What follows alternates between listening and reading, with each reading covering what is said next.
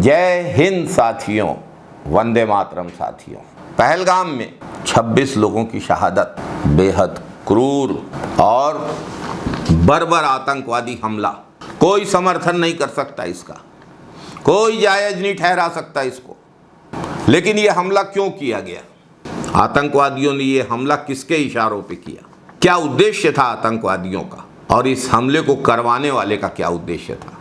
इस पर हमारे विचारवान राष्ट्र को बात करनी चाहिए, इस पर चर्चा होनी चाहिए। सिक्योरिटी लैप्सेस, सुरक्षा की चूक को तो मोदी सरकार ने स्वीकार कर लिया। वीआईपीज को जो सुरक्षा दी जाती है वो देश के आम आदमी को मुहैया नहीं की जाती। ये बात हमने कुंभ के दौरान भी की थी और फिर से हम इस बात को दोहराना चाहते हैं। ये सब जानते हैं कि कश्मीर को भारत से अलग करने की बातें अब अतीत के गर्त में चली गई हैं। ऐसी बातें करने वालों पे कोई अब भरोसा नहीं करता, ऐसी बातें करने वालों के साथ लोग नहीं हैं। कश्मीर में निर्वाचित सरकार आने के बाद वहाँ फलता फूलता पर्यटन, फलती फूलती दस्तकारी और खुशहाल लोग सबके सामने हैं। अब तो बस कश्मीर समस्या में पीओके को वापस लेना बचा है।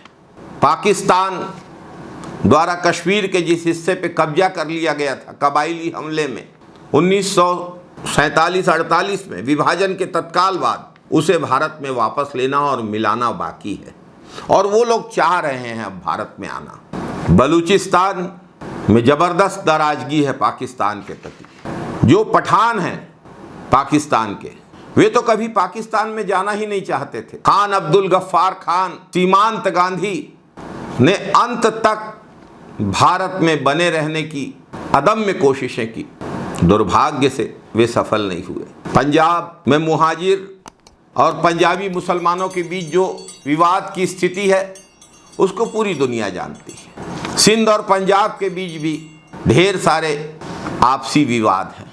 पाकिस्तान एक समाप्ति की ओर बढ़ता हुआ देश है और ऐसे समय पाकिस्तान को बचाने के लिए, पाकिस्तान के हालात से ध्यान हटाने के लिए ये आतंकवादी हमला किया गया है। साथियों, इन आतंकवादियों के उद्देश्यों को सफल नहीं होने देना है। एक बात और, भारत में भी अब हालात सामान्य हो रहे हैं। नफरत का एजेंडा समाप्ति की ओर भारत में भी चल रहा है। पाकिस्तान में जहां समस्याएं बढ़ रही हैं, वहीं भारत में स्थितियां धीरे धीरे सामान्य हो रही हैं। रोटी, रोजगार, महंगाई के सवालों पे चर्चा शुरू हो गई। यही तो नहीं चाहते हैं नफरती लोग। और नफरत के एजेंडा वालों को पर्यटकों पे ये कायर आतंकवादी हमला बेहद मुफीद साबित होता है। इस आतंकवादी हमले के बाद पूरा देश गमगीन, शोक में डूबा हुआ। ऐसे समय हमें बात करनी थी सुरक्षा चूक कहां पर हुई, किसने ये हमला करवाया, उनका उद्देश्य क्या था और उनके उद्देश्यों को कैसे विफल किया जा सकता है।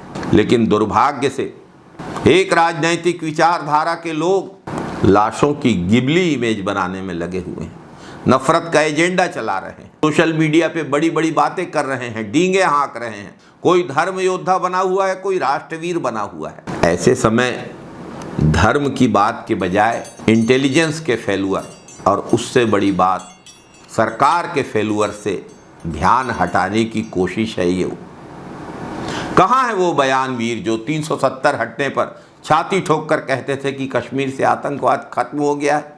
जमीनें खरीदने वाले थे कश्मीर में। साथियों, इस दर्दनाक घटना के बाद पूरा देश जब शोक में डूबा हुआ था, ऐसे समय इस तरीके के राजनैतिक पैतरे क्या बीजेपी को, आरएसएस को और बीजेपी के समर्थकों को शोभा देते हैं? पहलगाम की दुखद घटना के अगले दिन मोदी जी बिहार में रैली करते हैं और जब पूरा देश दुख में, शोक में, गम में डूबा हुआ है, तब मोदी जी रैली के मंच पे सभा के सामने नीतीश कुमार जी के साथ हंस हंस कर बातें कर रहे हैं, खिलखिला रहे हैं। पूरा देश पीड़ित है और देश की भावनाओं का मजाक उड़ाना ऐसे समय ठीक नहीं। सोचिए, इन 26 पर्यटकों के किसी परिवारजन ने, किसी रिश्तेदार, कोई उनका मित्र, कोई उनका परिचित, यदि किसी ने उस दिन टीवी में लाइव देखा हो तो इस खिलखिलाहट को देखकर उसके दिल पर क्या गुजरी होगी। जाहिल आतंकवादियों ने धर्म पूछ पूछ कर हिंदुओं की हत्या की। ये तो दरिंदे हैं, लेकिन वो भी तो लोग हैं। जिन्होंने ऐसे समय पर्यटकों की मदद की। वो भी तो इंसान हैं जो ऐसे समय पर्यटकों की जान बचाने के लिए अपनी जान गंवा बैठे। साथियों, एक बात कहूँगा, इन आतंकवादियों का जो उद्देश्य था धर्म के आधार पर नफरत फैलाना, तब तो उन्होंने धर्म पूछा और उनके एजेंडे पर हमें काम नहीं करना है। हमें इन आतंकवादियों के काम को आसान नहीं बनाना है। इन आतंकवादियों ने धर्म पूछकर हत्या ही इसलिए की है ताकि हम उनके धर्म से नफरत करें, उनके धर्म वाले हर इंसान से नफरत करें और अपने देश को नफरत की आग में झोंक दें। इन आतंकवादियों की दिली ख्वाहिश है कि हम भारतवासी बनकर ना रहें, हम इंसान बन के ना रहें, हम हिंदू और मुसलमान में बढ़ जाएं और एक दूसरे से लड़ने लगें। क्या हम इन आतंकवादियों के मंसूबों को कामयाब होने देंगे?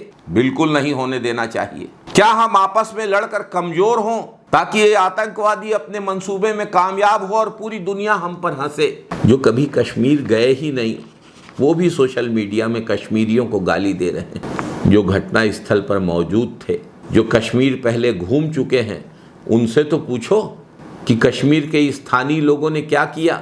घटना की प्रत्यक्षदर्शियों से तो पूछो। साथियों, ये हमला जितना भारत पे है, हमने तो अपनी भारत माँ की 26 लाल गंवाए हैं, लेकिन ये हमला भारत से ज्यादा कश्मीरियत पे हमला है। कश्मीर में सामान्य होती हालात पे हमला है। जो हिंदू मुसलमान किया जा रहा है, इसी के बारे में एक संकल्प नाम के पर्यटक जो इस आतंकवादी हमले के प्रत्यक्षदर्शी हैं, उन्होंने क्या कहा उसको सुन लीजिए। जब देखना शुरू किया कि लगातार बात हिंदू मुसलमान की हो रही है, तो ये कहना जरूरी हो जाता है कि जब एक हमला हुआ तो इमीडिएट रिलीफ जहां पे ये हमला हुआ वहां पे या तो पैरों से जाया जा सकता है, घोड़े से जाया जा सकता है। जब हमला चल रहा था उस समय जो लोग बचाए गए उन्हें उन्हीं लोगों ने बचाया जिनको आप हिंदू मुसलमान में बांट रहे हैं। वो घोड़े वाले जिनका धर्म ऑब्वियसली सबको पता है, उन्होंने अपने घोड़े पे बिठा बिठा के लोगों को नीचे तक लाए, रेस्क्यू किया, आर्मी के पास तक पहुंचाया। आर्मी को पहुंचने में जितना समय लगा, अभी हमारे ऊपर से हर 5 से 10 मिनट में हेलीकॉप्टर निकल रहे हैं। हम लोग लगातार कल से हेलीकॉप्टर की आवाजाही देख रहे हैं। मैं सही बताता हूं आपको कि इस नदी की आवाज के बीच में वो हेलीकॉप्टर की आवाज ने हमको रात भर सोने नहीं दिया। ये सन्नाटा हॉन्टिंग था। तो फियर रियल है, ऐसा नहीं है कि डर नहीं लगता, डर है। उसके बावजूद ये कहना चाहता हूं कि क्योंकि हम यहाँ हैं और खुशकिस्मती से आप सबके बीच में हैं, और जब तक ये वीडियो आएगा हम लोग अपने घर पे होंगे। ये बताना बहुत जरूरी है कि जब संवेदना उन परिवारों के साथ है जो उजड़ गए, जिनके परिवार के लोग मार दिए गए, तो संवेदना उन कश्मीरियों के साथ भी होनी चाहिए जिनको आतंकवाद से कोई लेना देना नहीं है। इस हमले में मारे गए स्वर्गीय शैलेश भाई की पत्नी शीतल का बयान सुनिए। है कि इतने सारे टूरिस्ट, वहाँ पे एक बंदा आर्मी या पुलिस का कोई नहीं। मुझे ये लग रहा है कि जैसे वो हिंदू मुसलमान की बात कर रहे हैं, हिंदू मुसलमान जैसा कुछ है नहीं कश्मीर में। सभी लोग बहुत अच्छे, मतलब जो हम जिसके कैब में घूम रहे थे वो भैया भी मुस्लिम थे, जिस होटल में रुके थे वो भी मुस्लिम थे। वहाँ पे ऐसा कोई माहौल नहीं है। ये जो पाकिस्तानी है ना, वो ये बोल बोल के शायद वो झगड़ा करवाना चाहते हैं और अपना फायदा निकालना चाहते हैं। वो कह रही है कि मुझे ताजुब है इस बात का, कितने टूरिस्ट वहां थे लेकिन आर्मी या पुलिस का एक भी बंदा वहां नहीं था। मुझे लोगों ने बताया कि वहां पर हिंदू मुसलमान की बात थी, लेकिन वहां तो ऐसा कुछ नहीं था। पाकिस्तान ऐसा बोल के झगड़ा करवाना चाहता है। जो पीड़िता है, जिसने अपना सुहाग खोया है, जिसने अपना सब कुछ खोया है, वो इस बात को समझ रही है कि आतंकियों की चाल है हम आपस में लड़ें। लेकिन सोशल मीडिया के वीर नफरत के कीड़ों में तब्दील हो गए हैं, उनको ये बात समझ में नहीं आती। अमीश देवगन के टीवी शो में पहलगाम हमले के आई विटनेस बता रहे थे कि स्थानीय कश्मीरियों ने उनकी कितनी मदद की, घोड़े वालों ने उनकी कितनी मदद की। अब ये बात गोदी मीडिया के पत्रकार अमीश देवगन को बुरा लगना स्वाभाविक है। उन्होंने बीच में ही प्रत्यक्षदर्शी को रोक दिया। अब कोई प्यार की बात करे, मोहब्बत की बात करे, सद्भाव की बात करे, सच्चाई उजागर करे, तो ये गोदी मीडिया को तो पसंद नहीं आएगा। आज तक के पत्रकार अशरफ बाणी ने बताया कि सुरक्षा में कहां पे चूक हुई।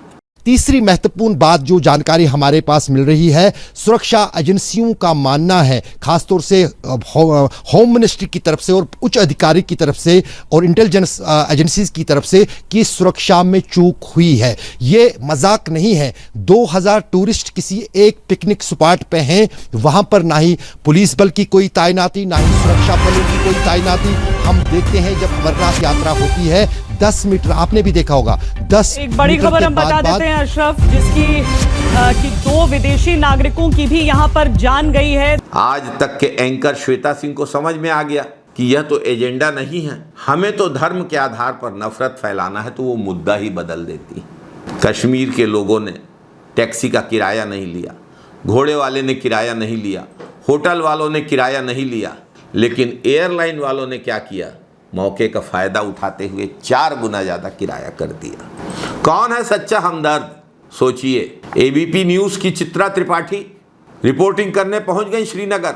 वहां के लोगों ने आईना दिखा दिया कि आप हिंदू मुसलमान क्यों कर रही हैं, हम तो साथ में रहना चाहते हैं। स्क्रीन पर जो महिला रो रही है वो आतंकवादी हमले में जान गंवाने वाले अनंतनाग निवासी सैयद हुसैन की मां है, जिसने पर्यटकों को बचाने के लिए आतंकवादियों की बंदूक छीनी और उसके सीने में गोलियां उतार दी गई। अगर आतंकवादियों का मकसद सिर्फ हिंदुओं की हत्या करना था तो सैयद हुसैन जो मुसलमान था, आतंकवादियों ने उसकी हत्या क्यों की? पर्यटकों को आतंकवादियों से बचाने के लिए सैयद हुसैन आतंकवादियों से भिड़ गए और आतंकवादियों ने उनकी जान ले ली, एक मुस्लिम की भी जान ले ली। आतंकवादी धर्म के आधार पर नहीं, हर उस व्यक्ति की जान लेते हैं जो उनके विचारों से सहमत नहीं है। महात्मा गांधी भी तो हिंदू थे, गोडसे ने उनकी जान ली थी ना, एक हिंदू होने के बावजूद। कश्मीर के नजाकत अली ने अपनी जान जोखिम में डालकर छत्तीसगढ़ के 11 लोगों की जान बचाई। कश्मीर के पहलगाम में हमले के बाद मस्जिदों से ऐलान कर इस हमले को इंसानियत पर हमला बताया गया और सबको एक होकर दुश्मनों से लड़ने की अपील की गई। इस घटना के विरोध में कश्मीर बंद कर दिया गया, न्यूज़पेपर काले छापे गए, ब्लैक। जीडी बख्शी क्या कह रहे हैं ये भी हमको सुनना चाहिए। ये सेना के सेवानिवृत्त वरिष्ठ अधिकारी हैं। Army, for 3 years there was no recruitment. Our forces were cut down by 1,80,000. Who did it? What about the threat assessment? You saved money. You saved money to get these people killed, damn you. I fought in Kishtwar. 3 years, Arnab. We had that area totally under control. Now that poor sector 9 sector RR, those boys are being asked to look after 2 sectors because somebody felt manpower is not needed. Damn you! It's needed if you want to fight in the mountains. It's needed if you want to fight the terrorists in hills and mountains. सेना में 1,80,000 पद खाली हैं। क्या इसके लिए भी जिम्मेदार कश्मीरी हैं? क्या इसके जिम्मेदार भी मुसलमान हैं? एक घटना हुई और ये लोग लग गए नफरत फैलाने में, हिंदू मुसलमान करने में।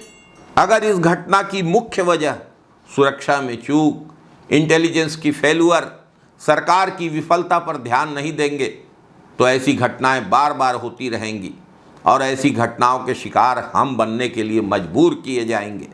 पुलवामा हुआ था ना, क्या पुलवामा के आरोपी पकड़े गए आज तक? क्या पुलवामा की साजिश का पता चला? इतनी बड़ी मात्रा में आरडीएक्स वहां कैसे आया? साथियों, लोग मारे जाते हैं, मरने वालों का सम्मान आवश्यक है। मरने वालों का हम लोग ससम्मान अंतिम संस्कार करते हैं, अस्थियों को संगम में ले जाकर विसर्जित करते हैं, गिद्धों के नोचने के लिए नहीं छोड़ देते। जो गिद्ध जिबली इमेज बनाकर सोशल मीडिया में पोस्ट कर रहे हैं, अपने नफरत का एजेंडा चलाना चाह रहे हैं, वे देश के हित में काम नहीं कर रहे हैं। हमारे देश की सभ्यता, संस्कृति, मानवता को इस तरीके से नोच नोच कर खाना हम भारत के लोग स्वीकार नहीं करेंगे। ये सच है, आतंकवादियों ने धर्म पूछ कर मारा, मगर ये भी सच है कि वहाँ पर सुरक्षा बल नहीं थे, वहाँ पर बचाने वालों ने धर्म को देखकर नहीं बचाया। कोई कंधे पर लेकर भागा, कोई घोड़े से लेकर भागा। ये सच है कि आतंकवादियों ने कलमा पढ़ने को कहा, मगर ये भी सच है कि आदिल हुसैन ने लोगों को बचाने के लिए आतंकवादियों की बंदूक छीनने की कोशिश की और उसको 3 गोलियां मारी गईं। ये सच है कि कपड़े उतरवा कर लोगों को अलग करके मारा गया, मगर ये भी सच है कि अनंतनाग के जीएमसी अस्पताल में डॉक्टर रुखसाना की टीम 3 दिन से अस्पताल छोड़कर घर नहीं गई, सभी घायलों को जान बचाकर जिंदा बचाया। मारने वालों ने नफरत चुनी, बचाने वालों ने इंसानियत। पाकिस्तान और पाकिस्तान से परवरिश पाने वाले ये आतंकवादी चाहते हैं कि हिंदुस्तान में नफरत का कारोबार बढ़े, देश का नुकसान हो, पाकिस्तान की समस्याओं से ध्यान हटे, कश्मीर समस्या को एक बार फिर विश्व के रंगमंच पर खड़ा किया जाए जो खत्म हो चुकी है। आपको चुनना है कि क्या पाकिस्तान को सफल होने देना है या पीओके को, पाकिस्तान अधिकृत कश्मीर को वापस भारत में मिलाना है। सोचकर निर्णय करना होगा। आपको चुनना है कि पाकिस्तान और पाकिस्तान के सरपरस्तों को नाकाम करना है या कामयाब। फैसला आपके हाथ में है। जय हिंद की सेना, वंदे मातरम साथियों।